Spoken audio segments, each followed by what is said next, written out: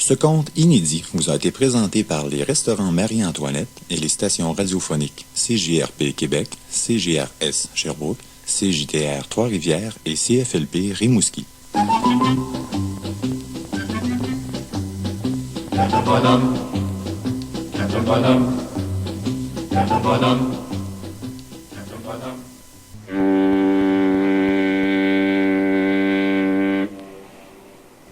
Ce matin-là, dans les Caraïbes, pas très loin de l'Équateur et des côtes du Mexique, en compagnie de Mademoiselle Tisoiseau, cette émeraude des mers chaudes, et de l'oncle Pierre, sur mon yacht, le Joséphine, je naviguais, dois-je le préciser, sur une mer d'huile, bleue comme l'azur, verte émeraude par endroits, et calme comme le vieux philosophe que je suis devenu.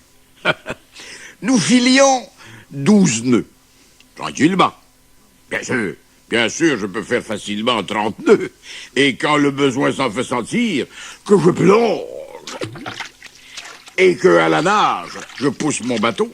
Alors là, nous pouvons sans problème filer à 50, 60 nœuds. J'entends les sceptiques. Mais vous savez comme moi que les sceptiques seront confondus. Confortablement et nonchalamment installé sur le gaillard d'avant, je prenais du soleil tout en savourant ma première pipe matinale. Soudain, l'oncle Pierre, qui était à la vigie tout au haut du mât de misaine, lança « Terre à bâbord! Terre à bâbord !» Je regardais donc vers la gauche, et effectivement, j'aperçus une petite île magnifique, avec une végétation luxuriante et des milliers d'oiseaux multicolores, qui, en tournoyant au-dessus, lui faisaient une jolie couronne. Je criai à Tisoiseau qui tenait la barre, « À bâbord, toutes !» 2 minutes plus tard, nous jetâmes l'ancre devant cette île qui semblait être un paradis tropical. Tout respirait la beauté et le calme. Mais ce n'était qu'une illusion, car, tapis dans l'herbe haute de la plage, un vilain rictus aux commissures des lèvres se tenait mon pire ennemi. Et j'ai nommé l'infâme coyote, le sombre putois, le coupe-jarret prétentieux, Don Alfredo y Don Pedro y Rodriguez. Bis, bis, bis. Il avait appris par ses espions que je naviguais dans les parages et il m'attendait, prêt à me chercher des misères. Et il n'était pas seul, bien sûr. Oh, que non. Le général Veracruz et une centaine de sbires l'accompagnaient. Oui, évidemment, enfin, je dis une centaine, comme ça, enfin, remarquez, j'ai pas eu le loisir de les compter, mais enfin, disons, au plus, enfin, une bonne cinquantaine, quoi. Bon, écoutez, réglons pour une trentaine, et puis, n'en parlons plus, hein? Bon, c'est réglé. Mais attention, ils étaient armés jusqu'aux dents. Je dis à l'oncle Pierre et à Tisoiseau, l'eau est encore profonde ici. Je vais nager jusqu'à l'île. Allez, mes enfants, allez, montez sur mon dos. Sitôt dit, sitôt fait, oncle Pierre et Tisoiseau s'installèrent confortablement sur mes épaules, et tel un cygne, nageant gracieusement sur l'onde, en quelques brasses, eh bien, j'avais rejoint la rive. À notre grande stupéfaction, l'île était habitée. Derrière les arbres, les buissons et les fleurs, il y avait des maisons, des magasins, et même au loin, on distinguait les tours d'un château. Eh oui. Nous avançâmes lentement dans la petite rue principale, la seule d'ailleurs de l'île. C'était un émerveillement à chaque pas. De jolies boutiques alignées les unes aux autres et qui n'offraient qu'une seule marchandise, des jouets. C'était extraordinaire. Ici, des tambours rutilants, là, des poupées rieuses, tout à côté, une armée pacifique, de joyeux soldats de bois, et un peu plus loin, des jeux de toutes sortes. Un ensemble mystérieux permettant de fabriquer une station spatiale avec des fusées et des petits astronautes prêts à s'envoler dans la stratosphère. Et puis, juste au bout de la rue, il y avait un magasin général où, bien sûr, l'on vendait de tout. Des bonbons, des chocolats, des biscuits, des gâteaux, et tout, et tout. On vendait même de la peinture. Oui, oui, j'ai bien dit des boîtes de peinture pour peindre les maisons et les châteaux aussi. J'ai dit à l'oncle Pierre et à Petit Oiseau, eh bien, mes enfants, la vue de ces boîtes de peinture réchauffe mon vieux cœur. Mon yacht, le Joséphine, a justement besoin d'être rafraîchi. Je vais donc acheter 2000 boîtes de peinture blanche. Et demain, avant de vous baigner et de vous étendre dans le sable chaud, eh bien, vous me ferez le plaisir de repeindre tout le bateau.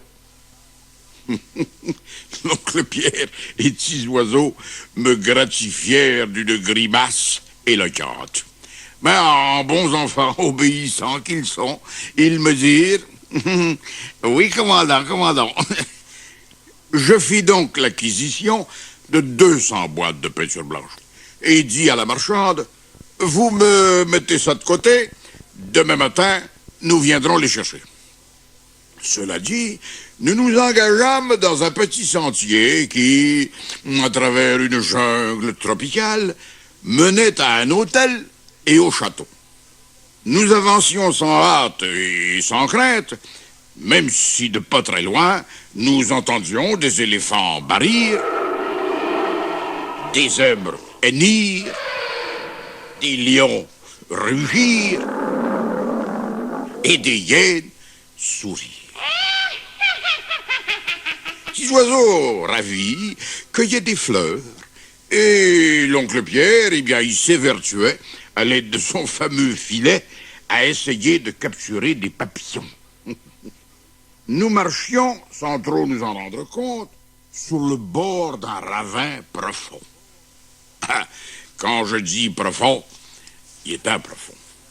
Très profond. Oh, facilement dans les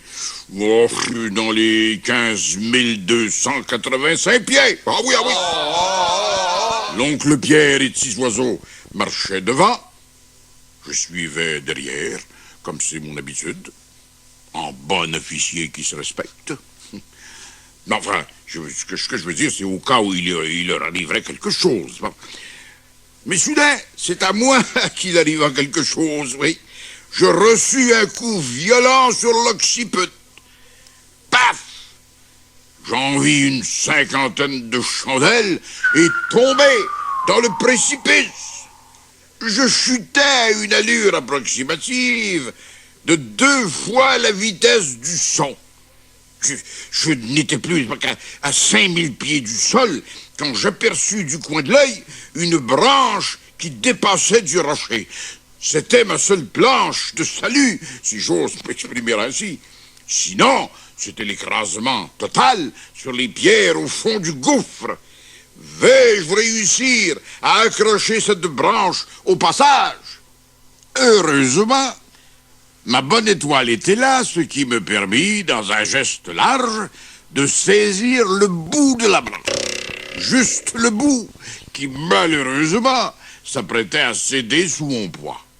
Heureusement, venu de je ne sais où, Pépé le Condor, mon vieil ami Pépé, volait dans ce coin-là, et voyant que j'étais en danger, plongea jusqu'à moi, me saisit par la casquette et me ramena jusqu'au sommet.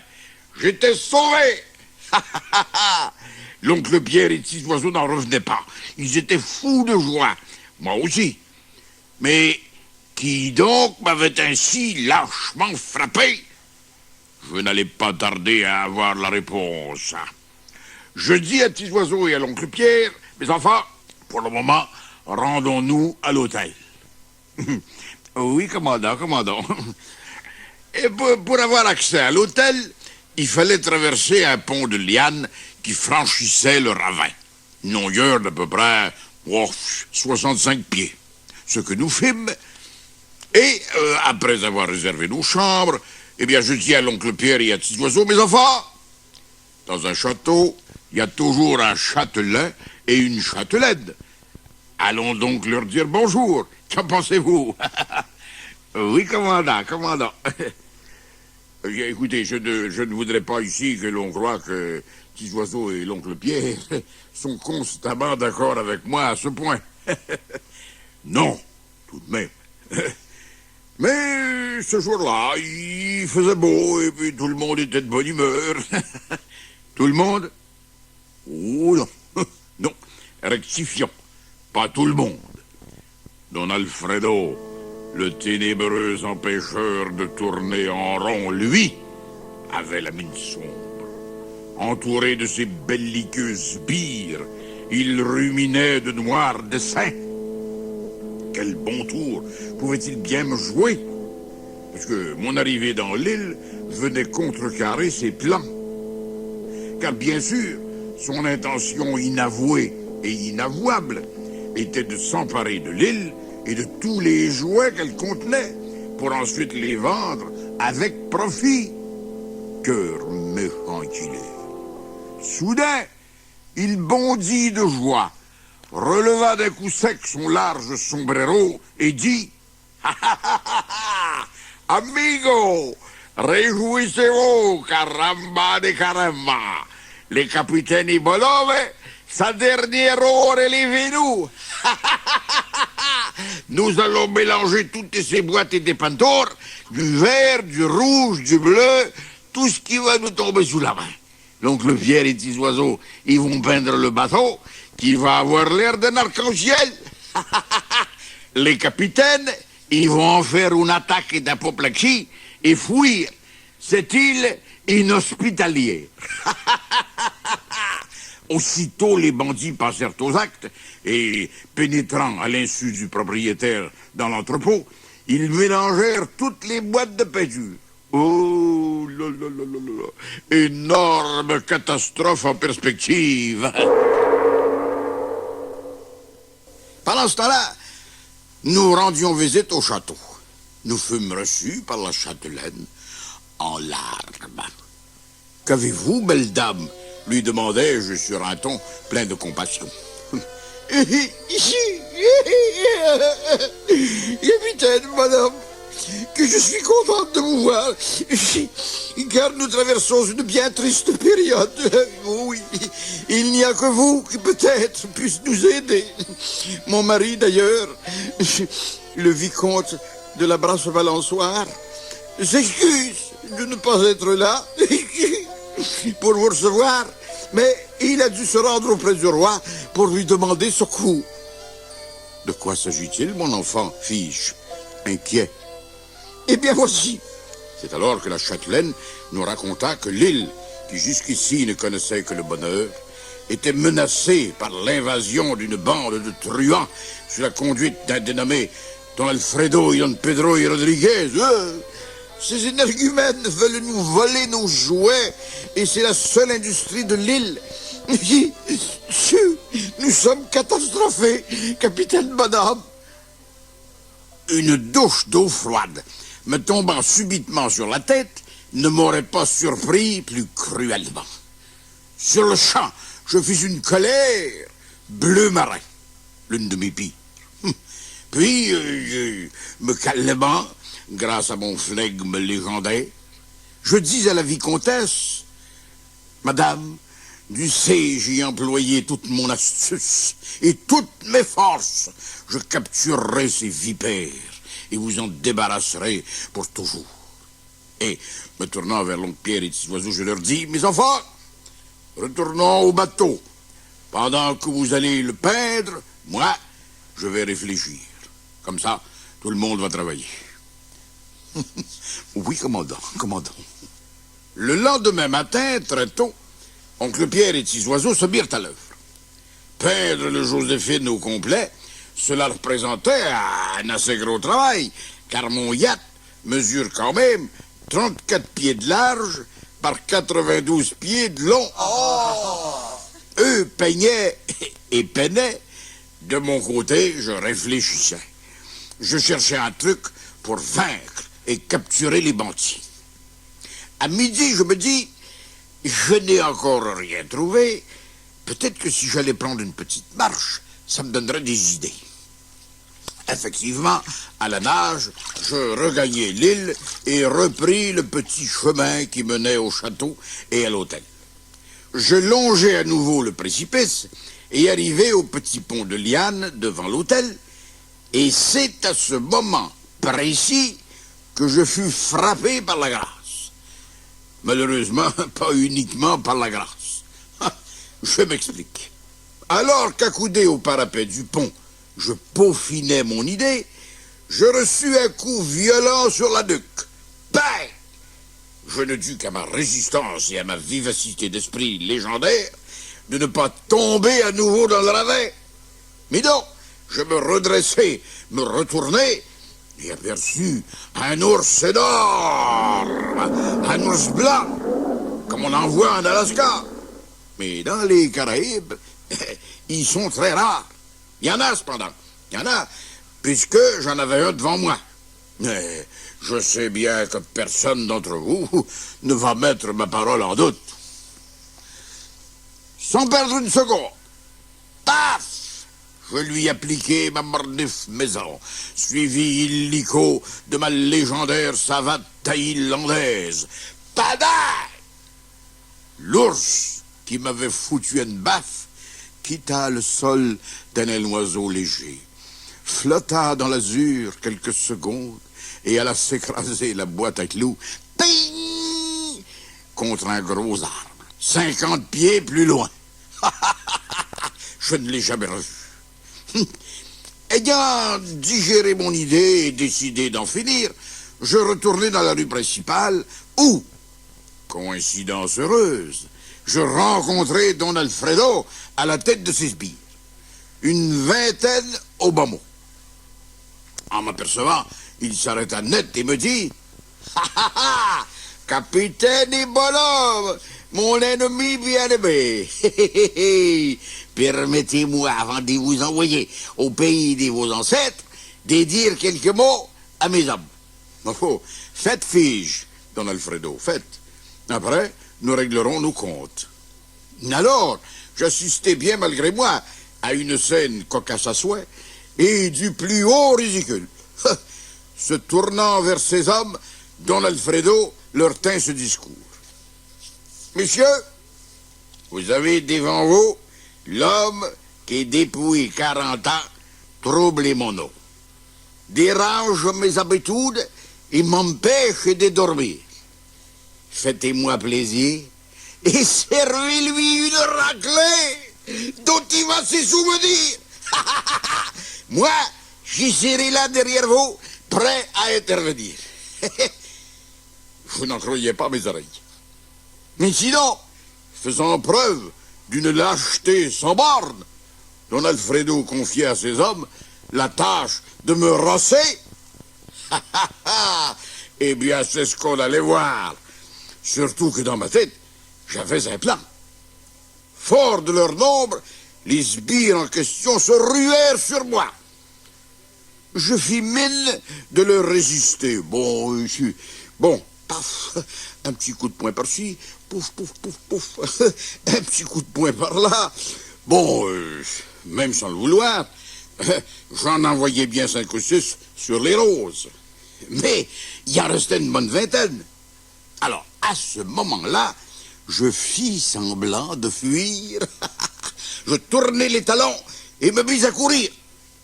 Les sbires me suivirent. Sans trop me presser, j'aurais pu les semer à distance facilement. Mais je ne voulais pas qu'ils me perdent de vue.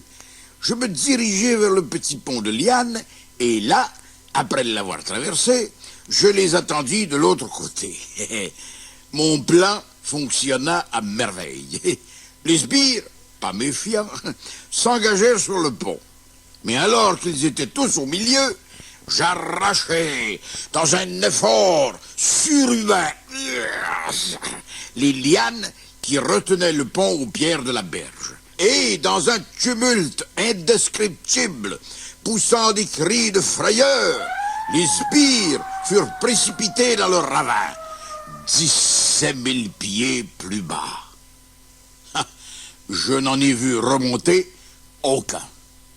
Amen.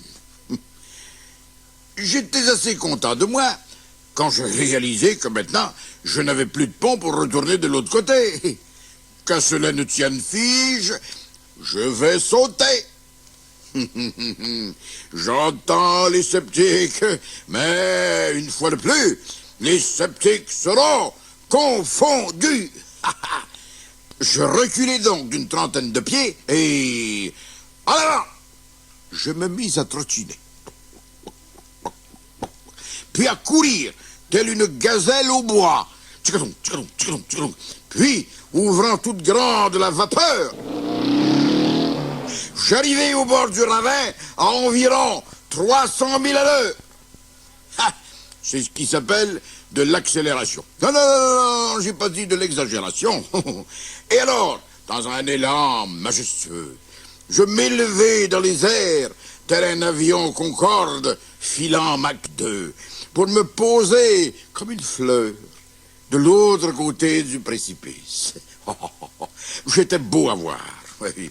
Ah ouais, les lapins, les oiseaux, les renards, les écureuils et autres animaux qui étaient là se mirent à applaudir et à crier « Bravo! Bravo! » Bon, eh ben c'est bien beau tout ça penser, mais il me reste dans l'Alfredo. Je n'eus pas à le chercher longtemps. Perché sur une branche d'arbre, il me tenait en joue avec sa carabine à 6 coups. Il me dit « Ha ha ha! Capitaine et bonhomme, votre dernier or est l'événou. Ha ha! Caramba! Faites votre dernière prière, car je vais vous envoyer ipso facto dans l'au-delà. » Et ce disant, il pressa la gâchette. Le coup retentit. Je vis venir la balle. Je n'eus que le temps d'ouvrir la bouche et de la saisir entre mes dents. Ting! Oh, faut le faire. Et avant qu'il n'ait eu le temps de tirer une autre balle, j'étais sur lui. Vous savez, mes enfants, que je suis ceinture noire au karaté et champion olympique aux Jeux de Sabakatras en 1942 en Papouasie centrale.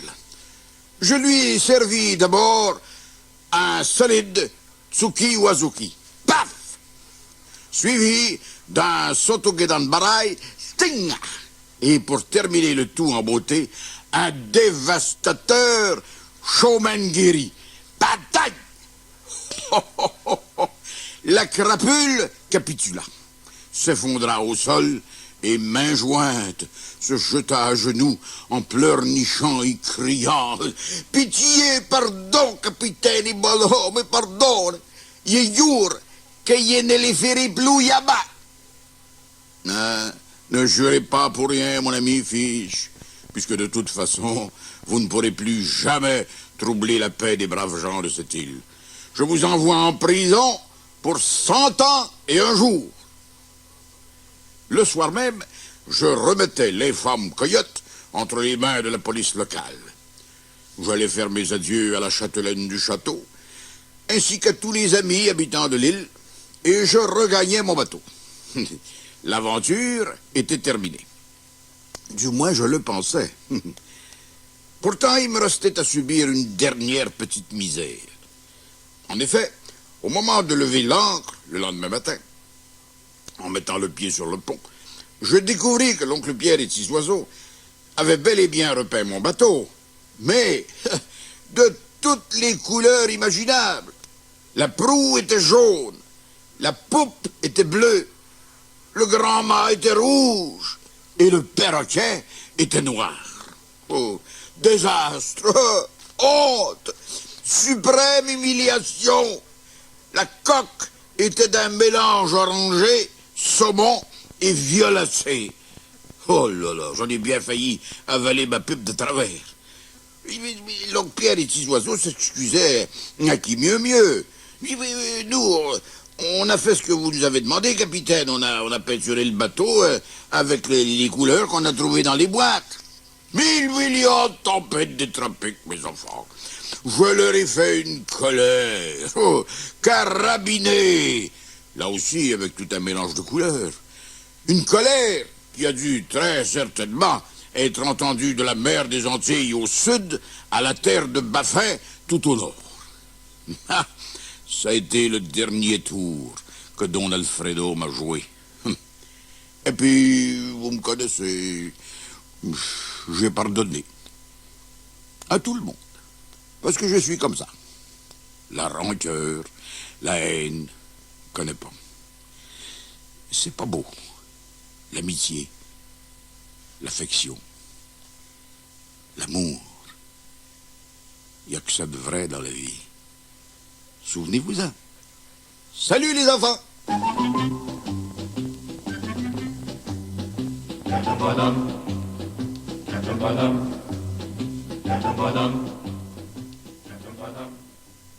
Ce conte inédit vous a été présenté par les restaurants Marie-Antoinette et les stations radiophoniques CJRP Québec, CJRS Sherbrooke, CJTR Trois-Rivières et CFLP Rimouski.